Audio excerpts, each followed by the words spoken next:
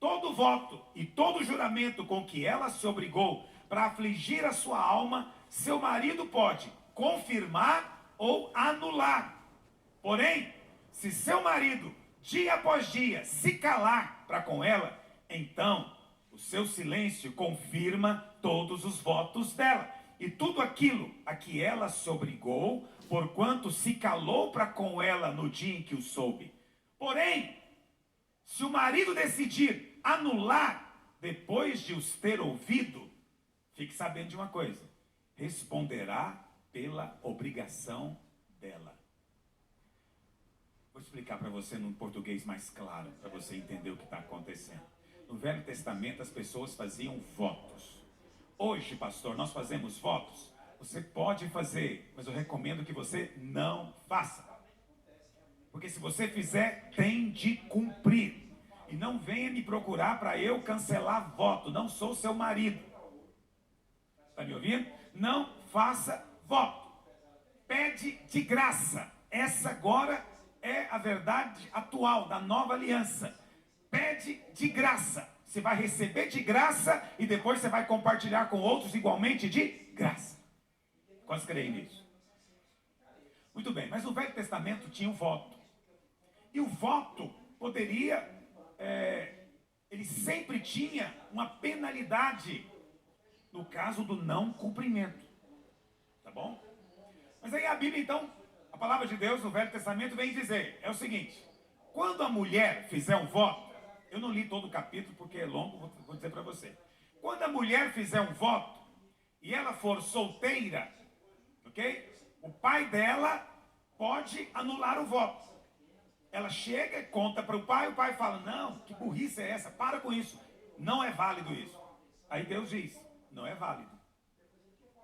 O pai pode anular sem consequências. Mas se ela for casada? Então, se ela for casada, diz a Bíblia, ela faz o voto. Ela faz o voto: não vou comer carne mais nunca. E se eu vier a comer, que o Senhor me faça cega de um olho. Esse é o voto. No Velho Testamento, todo voto vinha junto a penalidade do não cumprimento. Ok? Aí a mulher fez esse voto. O marido dela ouviu. Olha para cá. Ouviu. Se ele falar: mulher, que coisa absurda é essa? Esse voto é insensato. Não vou aceitar isso. Se ele fizesse isso, o voto era cancelado. Mas a Bíblia diz: se ele ouvisse o voto dela e se calasse, não falasse nada, o voto era válido. Ele poderia se calar um dia, 2 dias, muitos dias. Mas se depois de muitos dias ele está vendo o sofrimento da mulher com aquele voto louco que ela fez, ele pode falar. Ele pode dizer: chega desse negócio. Está cancelado o seu voto. Ele poderia. Mas se depois de vários dias se calou, e ele depois resolve se calar completamente, então o voto fica válido. Mas se ele falar: está cancelado, o voto era cancelado. Mas tinha um problema. Qual que era o problema? Ele pode cancelar o voto da mulher, mas ele fica obrigado a pagar o que ela falou que seria a penalidade. Vai cair sobre ele. Deus dá autoridade e Deus mostra a consequência. Bom, quando você lê uma história dessa na Bíblia, o que você pensa? Ah, isso aqui é um princípio espiritual. Tem muitos irmãos que adoram princípios espirituais. Aleluia, eles existem, estão na Bíblia mesmo. Aí ele lê isso aqui e fala: qual o princípio que está aqui? Que Deus respeita a autoridade delegada. Se Deus constituiu o marido como cabeça, Deus respeita a opinião do marido. Isso significa que o marido define coisas na sua casa. Aleluia, é verdade. É verdade ou não é, irmãos? É verdade. É um bom princípio? Sim, é um bom princípio. Outros poderiam dizer: olha aí a importância da autoridade se posicionar. E é verdade também. A Bíblia fala, por exemplo, que lá no Éden, a serpente falou, a mulher falou, e Adão fez o quê, meus irmãos? Se calou. Ao se calar, ele permitiu que coisas acontecessem ao seu derredor. Olha para cá, querido homem. Quando você se cala na sua casa, você permite que coisas continuem acontecendo. Mas no dia em que você fala, Deus honra a sua palavra.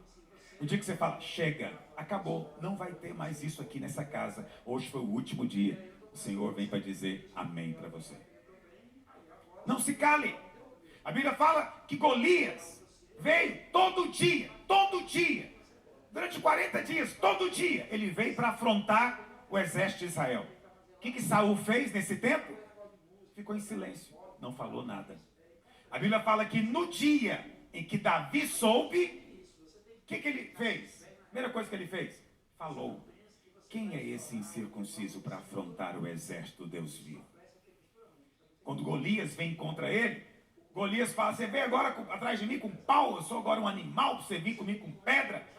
Mas Davi tem outra postura. Entende? Hoje mesmo o Senhor vai te entregar nas minhas mãos. Davi não se cala, Davi se posiciona. Então falar as coisas de Deus é importante. Se calar a respeito das circunstâncias não é apropriado. Poderia falar disso aqui hoje baseado nesse texto. Seria bênção, sim ou não? Mas existe uma verdade mais profunda. Lembra que eu te falei? Tudo aponta para Cristo. Muito bem. De maneira alegórica, quem é o marido? Deus. Quem é a esposa? Primeiro foi Israel e agora é a igreja. A Bíblia fala, lá no Monte Sinai, Deus se casou com Israel. Deus tornou-se marido. E lá no Monte Sinai, Israel fez um voto. Qual foi o voto? Vamos ler? Êxodo capítulo 19, verso 8. Olha que o povo, presta atenção. Moisés ainda não tinha subido na montanha. Moisés estava embaixo. E falou para o povo, eu vou subir. E vou ouvir de Deus. O que Deus tem para dizer. Agora, olha o que o povo diz. Então, o povo respondeu a uma. Quer dizer, a uma só voz. Tudo o que o Senhor falou, faremos. Tudo o que o Senhor te falar, nós faremos. Isso aqui é a lei. Presta atenção, isso aqui está mostrando o quanto o povo era arrogante. Eles achavam que podiam cumprir tudo o que Deus mandasse. Eles achavam que eram aptos a cumprir todo o mandamento de Deus. Não há nenhuma menção, todo mestre da palavra concorda com isso. Não há nenhuma menção até aqui de que Deus iria dar a lei para o povo. A intenção de Deus era construir o tabernáculo. Deus queria vir morar no meio do povo, no meio da nação. Não há menção nenhuma da lei. Mas a partir desse momento aqui as coisas mudam. Desde o dia em que o povo sai do Egito até chegar no Monte Sinai, não há juízo. Não existe nenhum momento de juízo. Não é que o povo não peque. O povo rebelou-se, o povo reclamou, o povo murmurou. Mas Deus sempre vem e abençoa. Chegaram no lugar, a água era amarga. Reclamaram, não veio juízo. Deus mostrou um madeiro, Moisés jogou um madeiro na água, a água ficou doce. Chegaram num outro lugar chamado deserto de Sim, não tinha comida. Eles reclamaram, Deus quer nos matar. Deus não mandou juízo, fez descer pão do céu, o maná. Depois chegaram em Refidim, reclamaram de novo. Deus fez sair água da rocha. Então eles estavam o tempo inteiro pecando, mas não havia juízo, só havia graça. Só havia graça, porque estavam debaixo da aliança de Deus com Abraão. Mas quando chega nesse ponto, as coisas mudam. E a partir do capítulo 20 de Êxodo, tudo muda. Todas as vezes agora que eles pecarem, haverá juízo do céu. Vai cair fogo nas pontas do arraial. Vai morrer gente. Por quê? Porque eles fizeram agora um voto. Tudo que o Senhor falar, nós vamos fazer. E o que o Senhor então resolveu dar para eles? A lei. Por que o Senhor deu a lei? Olha para cá. Deus não deu a lei para o homem cumpri-la. Deus sabia que o homem não podia cumpri-la. Quem é que não sabia? O povo. As pessoas ainda hoje não sabem. Elas acham que podem cumprir a lei. Pastor, tem algo contra a lei? Não, a lei é maravilhosa. Presta atenção. Se os 10 mandamentos fossem cumpridos por todo homem que vive nesse planeta, aqui seria o céu na terra. Imagina um lugar onde ninguém mata, não tem crime, Ninguém rouba, não existe furto, não existe mentira, falso testemunho, não existe adultério, traição. Todos os filhos honram os pais, as autoridades. Só Deus é glorificado, ninguém adora ídolo, ninguém cobiça nada de ninguém. Não precisa de polícia, não precisa de seguro, não precisa de chave na porta.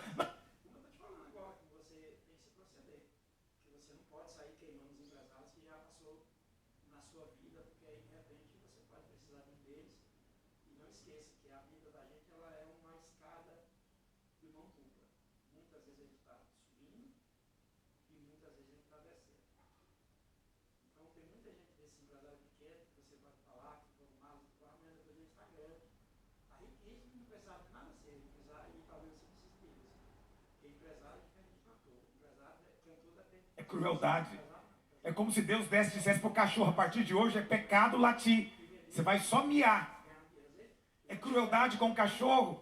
Ele não consegue se refrear de latir. Ele vai latir. Assim é o homem.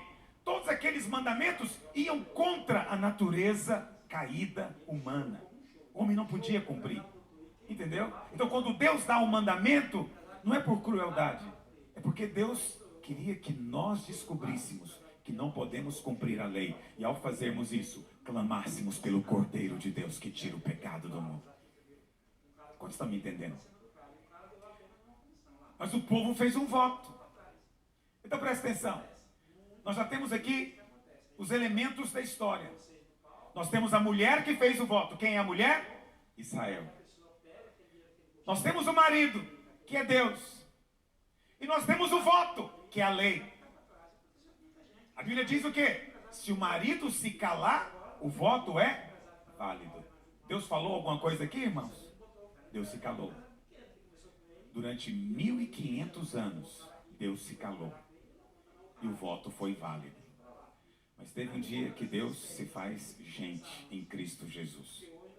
Porque Jesus é Deus. Quantos creem nisso? Jesus é Deus. Então, quando o Senhor Deus, Jesus vem, Ele vem para dizer o quê? Vou fazer uma nova aliança. Chega. Não vou me calar mais. O voto não é válido. Nesse momento ele faz o quê? Ele aboliu a lei para nós. Não estamos mais debaixo da lei. Não estamos mais debaixo do voto. Porque o marido falou: acabou, não quero mais que você cumpra. Mas qual que era a condição para o marido fazer isso? Quem se lembra? Qual que era a condição? Se o marido resolvesse anular o voto, ele tinha que fazer o quê? Levar a maldição equivalente. Que a mulher teria que levar, ele é que vai levar. O que o Senhor Jesus faz? Ele vai para a cruz. E lá na cruz, ele sofre o quê? A maldição da lei. Muita gente pensa que Jesus morreu só para nos perdoar. Não, não foi só para isso. O Senhor Jesus morreu também para levar a nossa maldição do voto da lei. Quando ele leva a maldição, ele está dizendo: agora podemos ir em paz. O voto não diz respeito mais a nós. Olha para cá. O Senhor poderia ter morrido apedrejado, mas não morreu. Em várias ocasiões, os judeus pegaram em pedra para jogar nele. Presta atenção. Você acha que quando alguém quer jogar pedra, ele ia pegar cascalho, pedrinha? Meu amigo, eles pegavam pedra grande, 1 quilo ou mais se dessem conta de carregar. É para matar. Está me ouvindo? Várias vezes pegaram em pedra para jogar no Senhor, mas o Senhor não podia morrer apedrejado. Essa era a maneira como a lei prescrevia a execução, por apedrejamento. Não havia crucificação em Israel.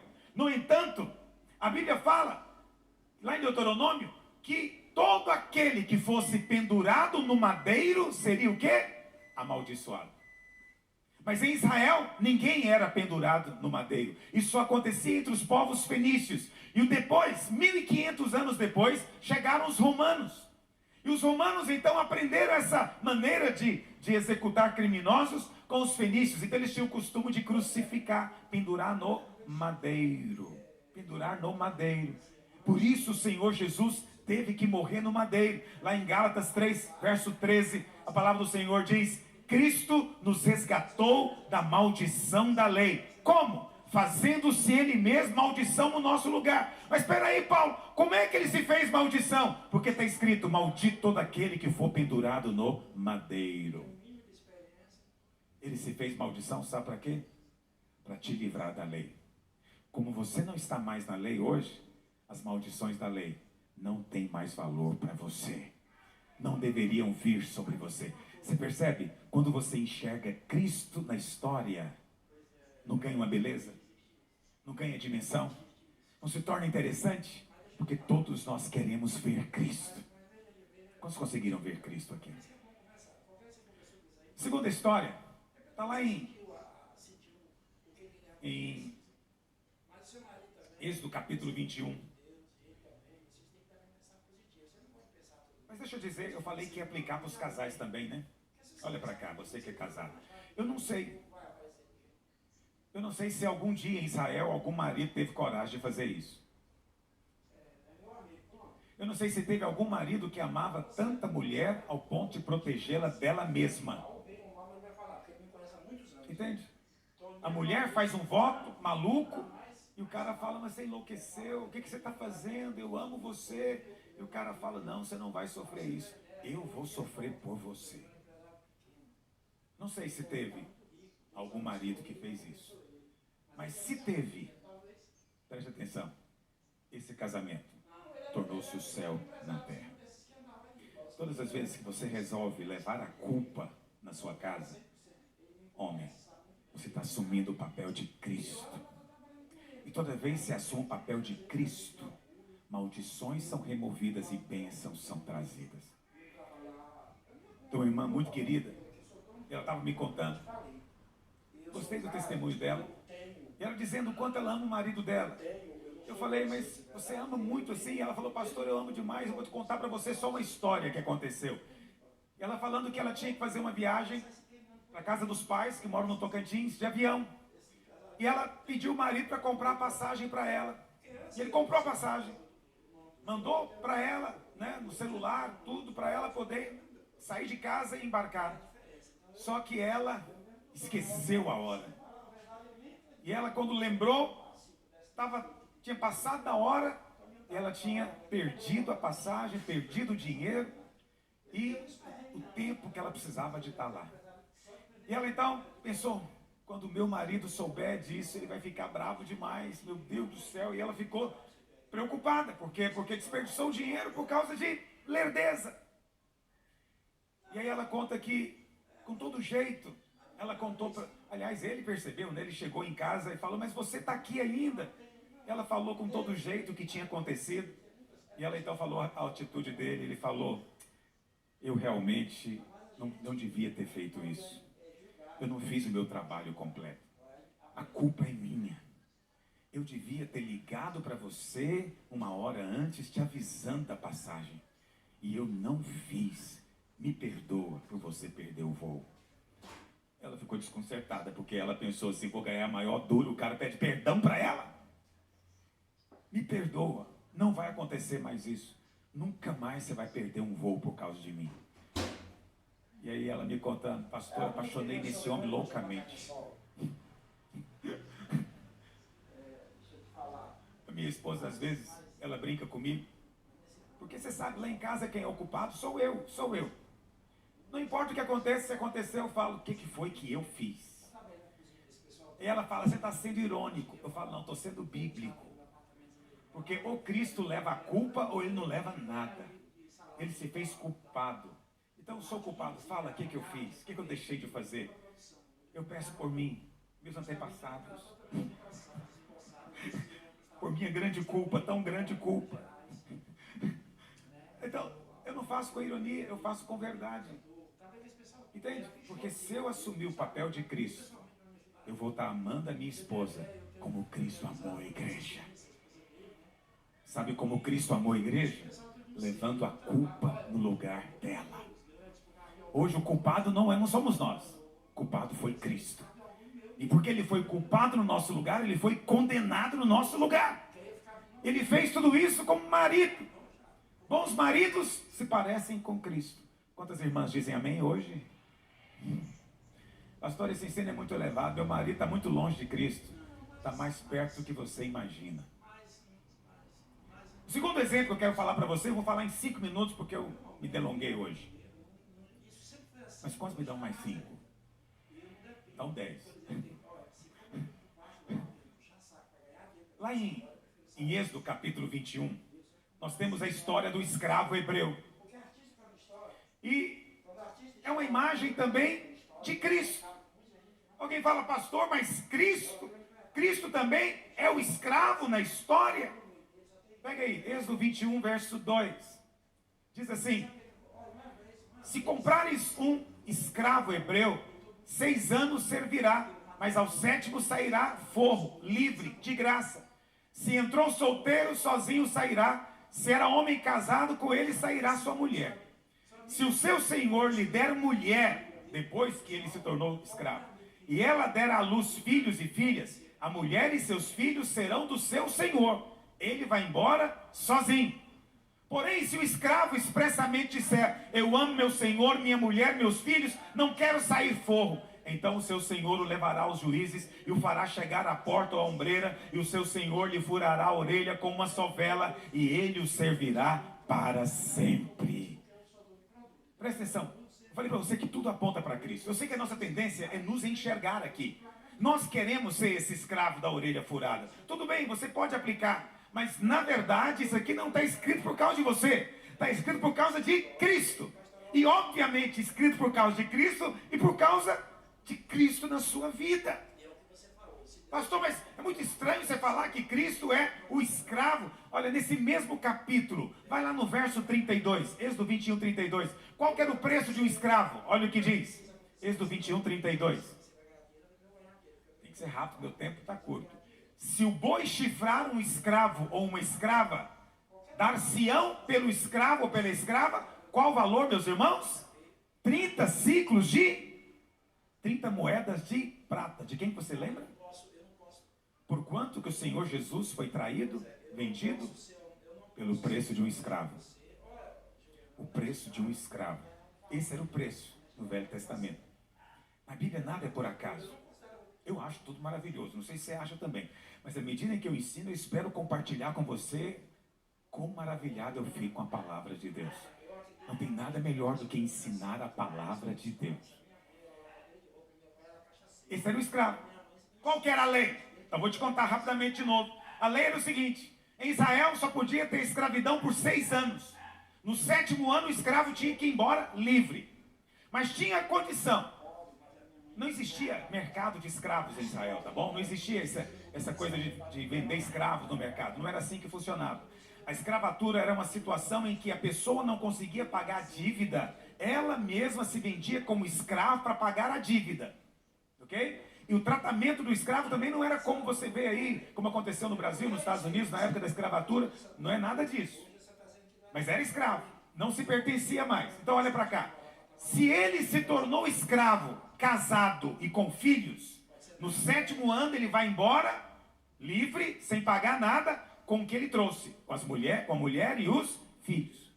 Mas se ele chegou solteiro, ele era solteiro, e durante o tempo de escravidão, ele se apaixonou por uma outra, o seu senhor deu para ele se casar, ele se casou e teve filhos com ela. Quando terminasse o 6º ano, ele podia ir embora. Mas a mulher não podia, nem os filhos. Ele podia ir embora sozinho. Mas a Bíblia fala, mas se ele disser, eu amo meu Senhor, amo a minha mulher, amo os meus filhos, não quero ir embora sem eles. A Bíblia fala então, que o seu Senhor o levava para a porta da cidade, chegava a orelha dele no portal da cidade de madeira e furava com um prego a sua orelha. A partir daquele dia, nunca mais ele podia sair livre. Seria escravo para sempre. Esse escravo é o Senhor Jesus. Está me ouvindo? Lá no Getsemane, quando os soldados chegaram para prendê-lo, Pedro sacou da espada para matar. A pessoa desviou, a espada passou aqui, arrancou a orelha. O Senhor parou tudo aquilo para curar a orelha, né, servo do sacerdote chamado Malco. E o Senhor fala o quê? O que você está fazendo? Você acha que eu não podia pedir agora e Deus me mandaria 12 legiões de anjos? Uma legião são 6.000. Podia mandar 12 legiões de anjos. Lá no Velho Testamento mostra o que um anjo fez numa noite. Matou 200.000 soldados. Um anjo. Agora imagina 72.000 anjos. O Senhor fala, não, é para isso mesmo que eu vim. Veja, naquele momento é como se fosse o 6º ano. Ele podia ir embora. Mas ele não podia levar você com ele. Não podia levar a esposa com ele. Não podia levar os filhos com ele. O que acontece então? Observa que o texto diz assim, o escravo fala, eu amo meu senhor. Antes de falar, eu amo minha esposa. Eu não sei se algum dia algum escravo falou um negócio desse em Israel. Eu amo meu senhor. Creio que nunca falou. Mas o Senhor Jesus amou o Pai. É como se ele dissesse, eu amo meu Pai, meu Senhor. Eu amo a minha esposa, a igreja. Amo os meus filhos, cada um de nós individualmente. Eu não vou embora. Ele podia ir embora, mas resolveu ficar por causa de você. E ele então vai para a cruz. E na cruz, ele não tem a orelha furada. Ainda que tenha profecia, ele tem as mãos e os pés furados. E por que depois de ressurreto, as marcas continuam? Essa é a prova de que nunca mais ele vai deixar de ser escravo, servo.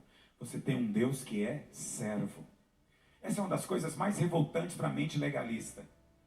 Ele te serve, tem prazer em te servir. Há um Senhor que está aqui hoje te convidando à mesa e ele diz que é para te servir. Eu gosto muito desse versículo, palavra de Deus, lá em Lucas 12, verso 37. Já estou encerrando com ele, olha o que diz. Lucas 12, 37. Bem-aventurados aqueles servos a quem o Senhor, quando vier, os encontre vigilantes. Em verdade vos afirmo que o Senhor há de cingir-se, ou seja, colocar um avental, dar-lhes lugar à mesa e aproximando-se os servirá. Sabe o que vai acontecer naquele dia? Sabe qual vai ser a sua glória? Ser servido pelo Senhor do universo. Pastor, ele não é Senhor dos senhores? É. Ele não ganhou toda a autoridade? Ganhou. Mas nunca vai deixar as marcas do servo. Ele se fez servo. Como diz Isaías 64:4, não existe um Deus como o nosso Deus, que trabalha por aqueles que nele esperam. Eu sei que você veio aqui para servir a Deus. Eu sei que você mais quer trabalhar para Deus. Mas você tem um Deus que quer trabalhar por você. Não é que você manda em Deus, não é isso. Mas Deus quer servir você. Como é que Ele serve você? Sendo o seu salvador. Te salvando da doença, te salvando da miséria, te salvando do casamento ruim, te salvando de qualquer praga, de qualquer maldição. Ele apenas te salva. É o prazer dele. Na cruz do Calvário, preste atenção, ali em agonia, durante 6 horas. Não é? Você lembra o que um ladrão falou para o outro? Se você é filho de Deus, por que você não desce daí? E o outro fala, rapaz, nós estamos aqui com razão, nós erramos. Mas esse nada fez. Então aquele ladrão creu. E ele fala o que para o Senhor? Senhor, lembra de mim quando vieres no teu reino. E o Senhor teve tempo para salvar o cara. Ele podia falar, rapaz, agora não estou com tempo agora não. Estou agora muito ocupado aqui salvando a humanidade. Não, o Senhor parou e falou, não se preocupe. Hoje mesmo você vai estar comigo no paraíso. Ele não falou para o outro, mas falou para esse. Quantos creem que é verdade? Quando você enxerga Cristo, as coisas mudam, se tornam diferentes. Deixa eu aplicar para os casais que eu falei que ia aplicar. Olha para cá. Eu não sei se algum dia algum escravo fez isso. Não há menção na Bíblia. Mas foram 1500 anos. É possível que tenha havido algum escravo que tenha feito isso. Agora, você consegue imaginar? Você, mulher, você consegue imaginar? Seu marido teve chance de ir embora, livre, legalmente, Esse é o sonho de muitos homens. Queriam ir embora. Mas não podem, estão presos. Aquele cara não, ele podia ir. Mas ele decidiu ficar. E aí você acorda no meio da noite, tem um homem deitado do seu lado, e você passa a mão na orelha dele, está furada. Qual que é a sua sensação? Esse homem me ama. Ele decidiu ficar comigo, mesmo sabendo que nunca mais vai poder ir embora. Ela vai se aconchegar, porque vai dar uma sensação de absoluta segurança. Você vai ler em qualquer livro para casais. Homem precisa de significado. Mulher precisa de segurança. Cristo, sabendo disso, te deu a segurança máxima. Ele disse, nem que eu queira, vou poder te largar, jamais. É a lei. Eu decidi ficar com você eternamente. Agora, você que é homem, ame a sua esposa como Cristo. Seja esse marido que decidiu ficar para sempre. Para sempre. Nunca vai embora. Eu me lembro, muitos anos atrás, no início do nosso casamento, todo casal tem desentendimentos. Tive desentendimento com a minha esposa um dia. E ela ficou muito chateada.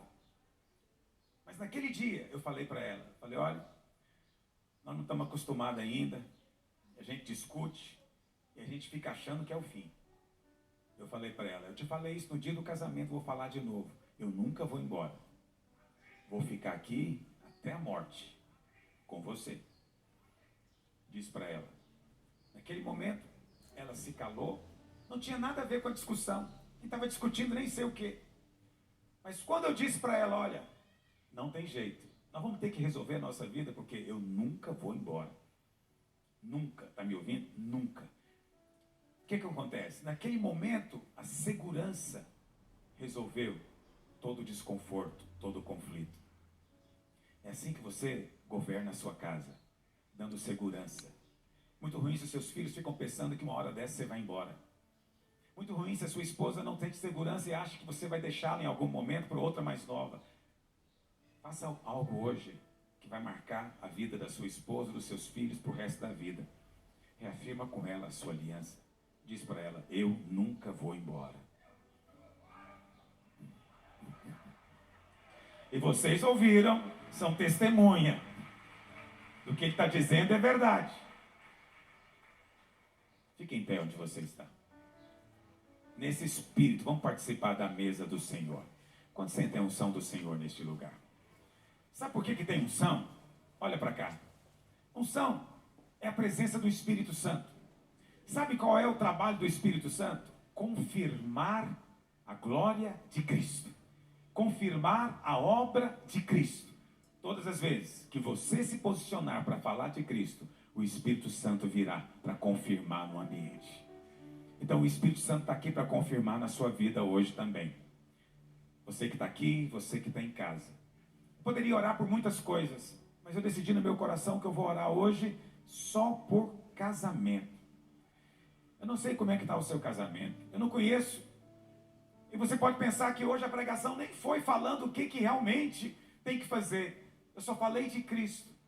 Mas é que quando nós entendemos o quanto nós somos amados, espontaneamente nós amamos. Está entendendo? Então se você é casado, quantos casais nós temos aqui? Muitos estão com cônjuge. Quantos são casados, mas estão sozinhos aqui hoje? Não tem problema, você vai orar a mesma coisa. Então eu quero que você aproxime do seu cônjuge, passe a mão no ombro da sua esposa, abrace ela. Só abraçar. Se você está aqui sozinho, por alguma razão, seu marido está trabalhando, ou sua esposa, pega sua mão direita para o céu. Eu quero orar por você agora. Pai, nesse tempo, ó Deus, de tantos ataques, tantas setas sendo lançadas contra a vida do teu povo, contra as famílias, contra os lares. Ó Deus, levanta a minha voz em clamor por cada um desses casais. nós cancelamos toda seta do diabo, toda seta que traz confusão na mente, toda seta que produz distanciamento e separação. Eu declaro hoje, rios de água viva vão brotar na sua casa. A escada de Jacó vai estar na sua sala. Anjos de Deus vão subir e vão descer. Porque a sua casa é lugar de bênção e de glória, de vida de Deus. Eu comando agora que todo espírito imundo que vem trazendo pensamentos de separação, saia agora em nome de Jesus. Espírito imundo de pornografia, eu te resisto agora, eu te confronto agora. Saia desta casa, saia deste equipamento eletrônico em nome de Jesus. Pai, eu oro nessa hora, ó Deus, que o coração de um se converta ao outro. Ó Deus, e que a tua palavra que é viva, encontre espaço para germinar, frutificar, para que haja mudança, transformação, em nome de Jesus. Amém e amém. Os irmãos já receberam o pão e o cálice? Não, né? Quem não recebeu? Deixa eu ver. Ué, então os irmãos já receberam. Então se você não recebeu, fica com a sua mão erguida. Um servo vai entregar para você. Você que está em casa, né, eu imagino que você já preparou o seu pão, o seu cálice. E a gente vai orar agora, na presença de Deus. Aleluia. Glória a Deus.